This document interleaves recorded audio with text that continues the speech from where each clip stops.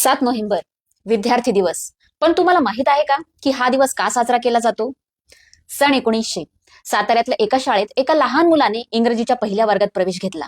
त्या मुलाचं नाव भीमराव.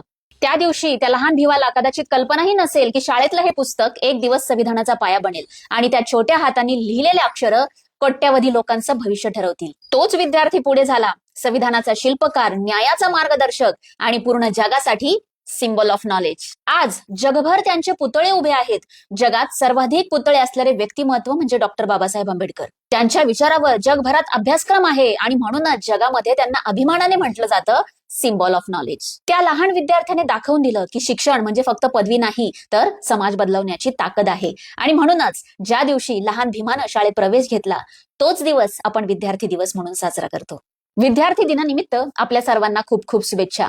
या दिनानिमित्त बाबासाहेबांसारखं शिकूया, विचार करूया आणि बाबासाहेबांना अपेक्षित असलेला समाज घडवण्याचा प्रयत्न करूया. आणि हो, बाबासाहेबांविषयी अजून जाणून घेण्यासाठी मला फॉलो करायला विसरू नका.